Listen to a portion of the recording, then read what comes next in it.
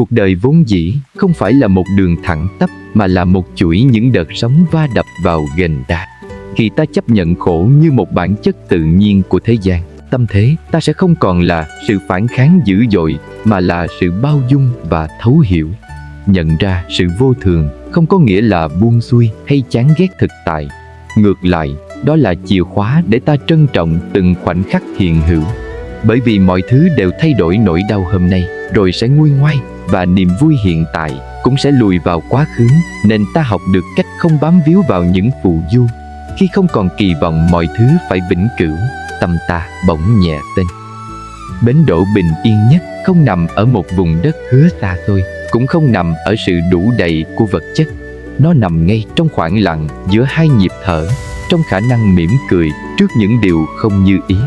Đó là hành trình học cách buông bỏ những định kiến về một cuộc đời hoàn hảo, học cách nhìn thấu qua lớp sương mù của danh lợi để thấy giá trị của sự tĩnh lặng, và học cách thương lấy chính mình sau những giông bão. Mỗi vết sẹo ta mang đều là một bông hoa của sự trưởng thành. Bão giông ngoài kia có thể làm rung chuyển những cành lá, nhưng không thể quật ngã được cái gốc rễ của một tâm hồn đã biết quay về nương tựa nơi chính mình. Khổ đau chính là chất xúc tác để ta mài dũa viên ngọc tâm linh. Thay vì than vãn tại sao sóng gió lại đến, hãy học cách lướt trên những con sóng đó bằng sự tỉnh thức. Khi tâm đủ rộng, bể khổ cũng chỉ như một giọt mực rơi vào đại dương, chẳng thể nào làm đục được sự trong trẻo vốn có của tâm hồn. Hãy cứ đi, cứ sống, và cứ tin rằng sau mỗi cơn mưa, bầu trời trong tâm ta sẽ lại sang chung. Ta dành cả đời để tích góp, để sở hữu, rồi lại dùng chính những thứ đó để xiềng xích tâm hồn mình.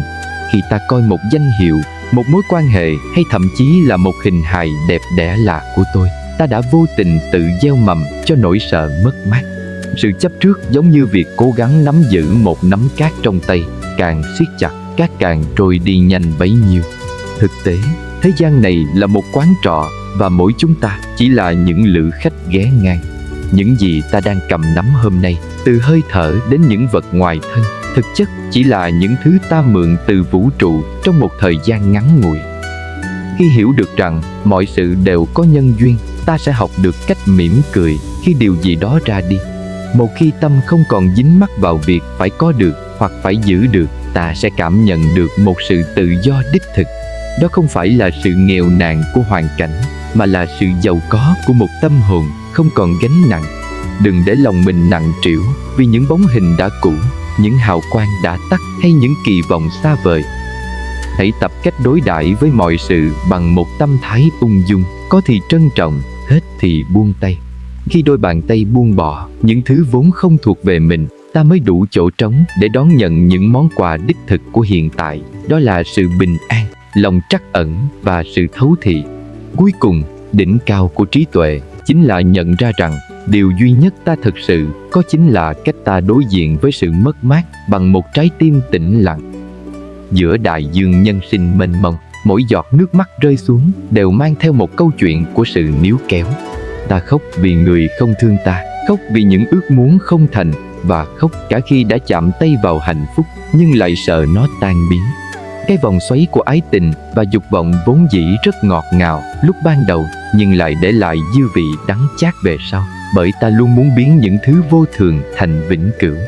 Chính sự mong cầu quá lớn và một kết quả như ý đã vô tình biến tâm hồn ta thành một mảnh đất khô cằn, luôn khát khao những cơn mưa từ bên ngoài để tưới tầm. Thế nhưng, bến bờ thực sự chỉ xuất hiện khi ta đủ can đảm để buông rơi những sợi dây ràng buộc ấy.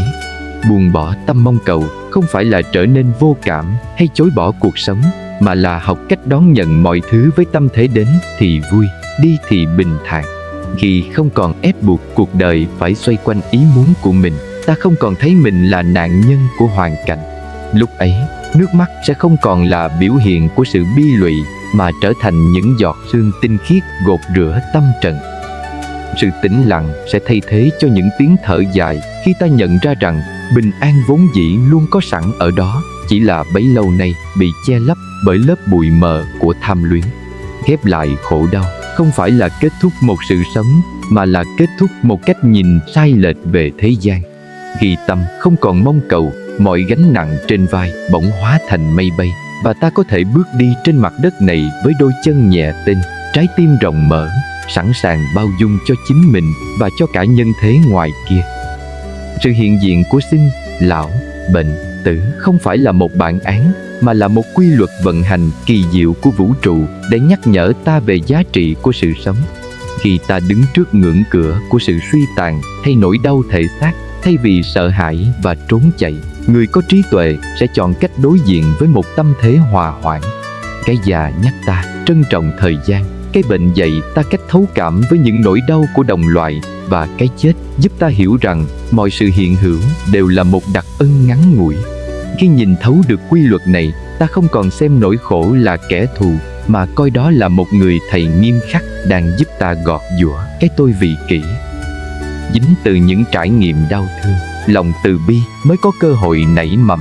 Ta không thể thực sự thương người nếu chưa từng biết đau cái đau của chính mình. Sự nhẫn nhục lúc này không còn mang nghĩa cam chịu nhục nhã, mà là sự nhẫn nại vô biên trước những biến cố, là khả năng giữ cho mặt hồ tâm thức luôn phẳng lặng dù đá tảng có rơi xuống. Khi nội tâm đủ vững chãi, mỗi cơn đau sẽ trở thành một bài thực hành về sự tỉnh thức. Mỗi lần đối diện với sự hữu hạn của thân xác là một lần ta tiến gần hơn đến sự tự do tự tại. Sống giữa dòng đời sinh diệt, điều quan trọng không phải là sống bao lâu hay sống mà không có bệnh khổ, mà là cách ta giữ cho tâm mình không bị lay động trước những phong ba của tạo hóa. Khi ta biết mỉm cười với cả sự thành trụ hoại không, nỗi khổ tự khắc biến thành chất liệu của sự giác ngộ. Đó là lúc ta nhận ra rằng, ngay trong chính vòng luân hồi khắc nghiệt này vẫn luôn tồn tại một đóa sen thanh khiết của sự bình an, chỉ chờ ta đủ tỉnh tại để nhìn thấy và trở về nương tựa. Sự hiện diện của sinh, lão, bệnh, tử không phải là một bản án, mà là một quy luật vận hành kỳ diệu của vũ trụ để nhắc nhở ta về giá trị của sự sống. Khi ta đứng trước ngưỡng cửa của sự suy tàn hay nỗi đau thể xác, thay vì sợ hãi và trốn chạy, người có trí tuệ sẽ chọn cách đối diện với một tâm thế hòa hoãn.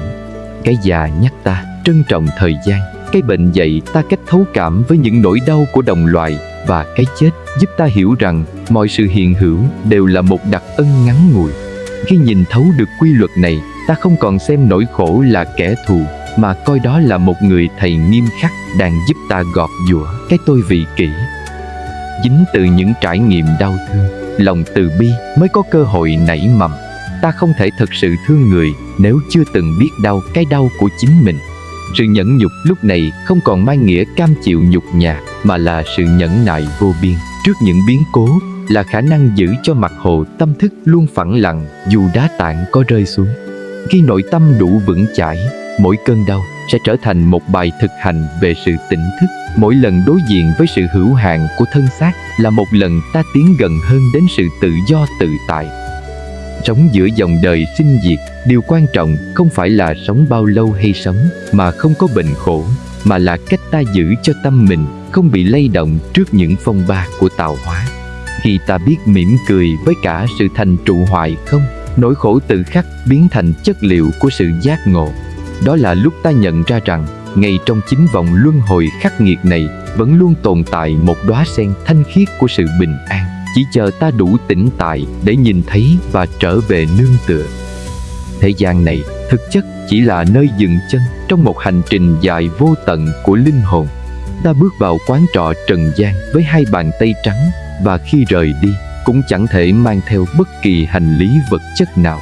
Khổ đau nảy sinh khi ta bắt đầu nảy sinh tâm lý sở hữu, khi ta cố gắng đóng đinh những ký ức, những danh vọng và cả những con người xung quanh vào cái tôi của mình. Ta quên rằng mọi cuộc gặp gỡ đều có kỳ hạn, và mọi sự gắn kết đều chịu sự chi phối của quy luật hợp tan. Việc cố chấp coi những thứ tạm bợ là vĩnh cửu cũng giống như người khách lữ hành muốn thay tên đổi họ cho quán trọ, để rồi tự chuốc lấy muộn phiền khi thời gian buộc họ phải lên đường.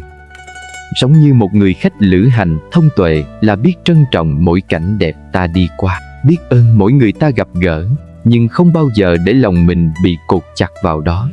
Khi không còn tâm lý chiếm hữu, ta sẽ không còn cảm giác bị mất mát. Ngôi nhà vĩnh cửu thực sự không nằm ở những bức tường gạch đá hay những bản hợp đồng sở hữu, mà nó nằm ngay trong sự tự tại của tâm hồn. Một khi tâm ta đã là nhà, thì dù ở bất cứ quán trọ nào giữa nhân gian, ta vẫn thấy mình bình yên và che chở. Hãy học cách đi qua cuộc đời này với tâm thái ung dung của một người khách quý, bước vào với sự tử tế và rời đi với sự thanh thản. Đừng biến mình thành kẻ nô lệ cho những tiện nghi tạm thời của quán trọ, cũng đừng vì một vài vết xước trên mặt bàn mà oán hận cả chuyến đi. Khi ta chấp nhận tính chất tạm bợ của kiếp người, ta sẽ thấy mỗi bước chân đều nhẹ nhàng hơn, mỗi hơi thở đều sâu lắng hơn, và mọi nỗi khổ niềm đau cũng chỉ là những cơn gió thoảng qua khung cửa sổ của quán trọ mà thôi. Sự khổ đau thường đẩy con người vào vòng xoáy của những câu hỏi: tại sao lại là tôi? Hay tại sao đời lại bất công đến thế? Nhưng khi thấu triệt luật nhân quả, ta hiểu rằng không có gì là ngẫu nhiên. Mỗi sự việc xảy ra đều là kết quả của một chuỗi những nguyên nhân từ trước.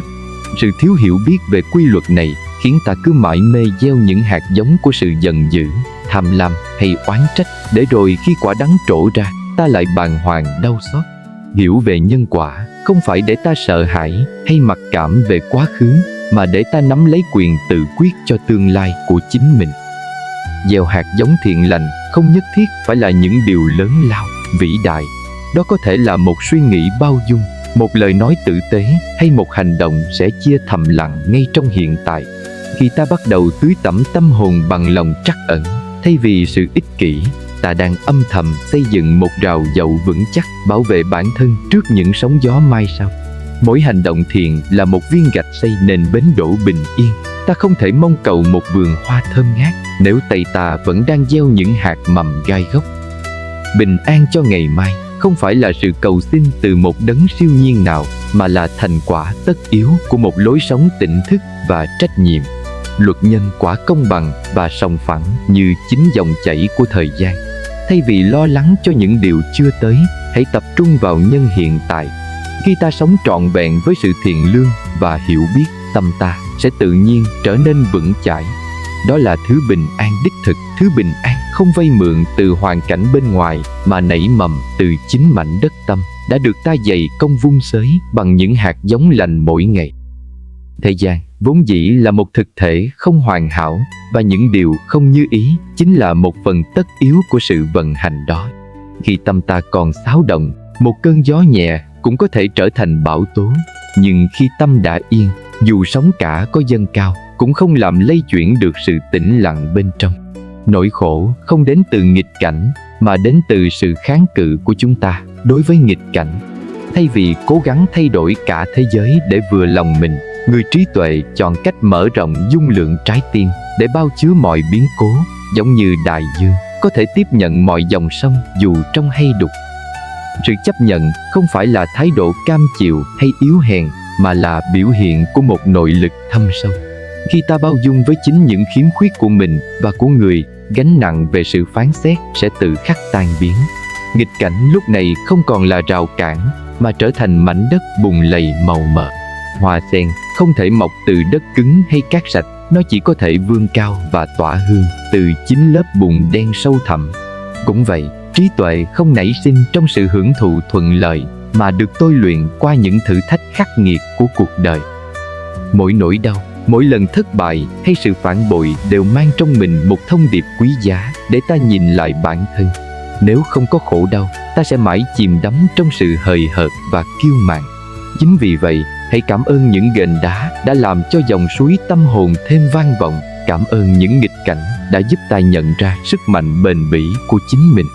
Khi tâm ta đủ yên lặng để lắng nghe tiếng nói của trí tuệ giữa lòng giông bão, ta sẽ thấy rằng mọi khổ đau thực chất chỉ là những chiếc vỏ bao bọc lấy viên ngọc quý của sự giác ngộ, chờ đợi ngày ta đủ bao dung để thấu hiểu và chuyển hóa. Thế gian vốn dĩ là một bức tranh đa sắc, nơi ánh sáng và bóng tối luôn song hành như hai mặt của một đồng xu. Vạn vật tự thân, nó chỉ đơn giản là đang hiện hữu, nhưng chính lăng kính của cái tôi đã áp đặt lên đó những nhãn dán về giá trị. Khi ta nhìn một bông hoa và khen nó đẹp, ta vô tình tạo ra nỗi sợ hãi khi nó héo tàn.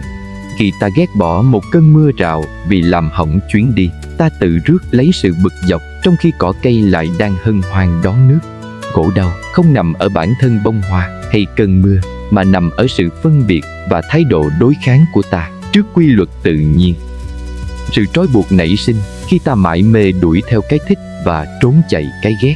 Ta biến tâm mình thành một chiến trường của những phán xét, nơi ta không ngừng đòi hỏi mọi thứ phải theo ý mình. Nhưng sự thật là cái đẹp của hôm nay có thể là cái xấu của ngày mai, và điều ta ghét bỏ lúc này lại có thể là bài học quý giá về sau. Khi còn phân biệt, tâm ta còn gợn sóng. Khi còn bám víu vào những định kiến chủ quan, ta còn tự giam mình trong ngục tù của cảm xúc. Tự do thực sự bắt đầu khi ta học được cách nhìn vạn vật bằng đôi mắt bình đẳng, không định kiến. Hãy thử ngắm nhìn cuộc đời như cách ta ngắm nhìn những đám mây trên trời. Chúng đến rồi đi, thay hình đổi dạng, nhưng chẳng bao giờ làm vẫn đục được khoảng không bao la. Khi ta buông bỏ được tâm phân biệt, ranh giới giữa hạnh phúc và khổ đau sẽ dần xóa nhòa. Ta sẽ thấy rằng ngay trong cái không hoàn hảo của thế gian lại ẩn chứa một sự hài hòa tuyệt đối. Và chính lúc ta ngừng phán xét đẹp xấu, trái tim ta mới thực sự đủ rộng lớn để ôm ấp trọn vẹn sự sống này. Sự nặng nề của kiếp nhân sinh thường không đến từ những gánh nặng khách quan, mà đến từ những túi hành lý tinh thần mà ta tự mình chất thêm vào. Khi ta bớt đi một chút mong cầu, ta bớt đi một phần lo âu về những kết quả chưa tới. Khi ta bớt đi một chút tự mãn, ta bớt đi một phần áp lực phải giữ gìn một hình tượng hoàn hảo trước mắt thế gian. Tâm lý muốn kiểm soát mọi thứ và khao khát được tôn vinh chính là những sợi dây vô hình thắt chặt lấy sự tự do của chính mình. Chỉ khi dám buông lỏng những kỳ vọng đó, ta mới thực sự cảm nhận được hơi thở nhẹ nhàng của một tâm hồn đang được giải phóng. Bình yên không phải là một trạng thái tĩnh lặng tuyệt đối trong một môi trường không có biến động. Đó là một bản lĩnh nội tại, một loại sức mạnh mềm mại cho phép ta mỉm cười ngay cả khi đứng giữa những thăng trầm. Số phận có thể mang đến những khúc quanh bất ngờ, những đỉnh cao chói lọi hay những vực sâu thăm thẳm, nhưng chúng chỉ có thể tác động đến hoàn cảnh, chứ không thể chạm đến sự tự tại của người đã biết đủ. Nụ cười trước nghịch cảnh không phải là nụ cười của sự thách thức, mà là nụ cười của sự thấu hiểu rằng mọi thăng trầm đều là những nốt nhạc cần thiết để tạo nên bản nhạc cuộc đời đầy ý nghĩa. Cuối cùng, gánh nặng sẽ nhẹ đi khi ta nhận ra rằng mình không cần phải là ai đó quá vĩ đại, cũng không cần phải đạt được mọi thứ để trở nên hạnh phúc. Sống một cách giản đơn, chân thành và bao dung với chính những thăng trầm của mình chính là con đường ngắn nhất dẫn về bến đỗ an lạc. Khi tâm ta không còn là chiến trường của những tham vọng và sự kiêu ngạo, mỗi bước chân ta đi trên mặt đất này đều sẽ trở nên vững chãi và thanh thản lạ kỳ. Bình yên hóa ra chỉ cách ta một cái mỉm cười buông xả. Hạnh phúc không phải là có thật nhiều, mà là khi ta biết cầu nguyện cho sự bình an của bản thân và gia đình. Dưới đây là 5 lời cầu an chân thành nhất. Nam mô Đại Từ Đại Bi, cứu khổ cứu nạn Quan Thế Âm Bồ Tát, xin Ngài lắng nghe thấu tận lòng con, che chở cho tâm hồn con giữa bộn bề dông bão. Trong phút giây lắng lại này, con xin gửi gắm những tâm nguyện thiện lành, nguyện cầu cho sự bình an được hiển lộ. Nguyện cầu cho thân tâm thường an lạc, trí tuệ sáng suốt, để con luôn vững vàng trước mọi biến cố của cuộc đời. Nguyện cầu cho gia quyến thuận hòa, cha mẹ được bình an, mạnh khỏe và luôn sống trong ánh sáng của sự từ bi. Nguyện cầu cho vạn sự hanh thông, những chướng duyên sớm được hóa giải, để con có thêm nguồn lực giúp người, giúp đời. Nguyện cầu cho những tâm hồn đang đau khổ sớm tìm thấy bến đỗ bình yên, buông bỏ được phiền não để tìm về sự tự tại. Nguyện cầu cho thế giới hòa bình, nhân loại thương yêu nhau, để mỗi sớm mai thức dậy đều là một ngày bình an đích thực. Mỗi bài pháp thoại là một món quà tinh thần, và sự có mặt của các bạn chính là mảnh đất màu mỡ để những hạt giống thiện lành được nảy mầm. Cảm ơn các bạn đã chọn kênh Phật Pháp Giác Ngộ để dừng chân và lắng nghe. Chúc bạn luôn giữ vững tâm sáng, luôn làm điều thiện và đón nhận mọi sự an lành trong cuộc sống. Nếu thấy bài pháp thoại hay và ý nghĩa, nhớ ấn đăng ký kênh để không bỏ lỡ video nào nhé.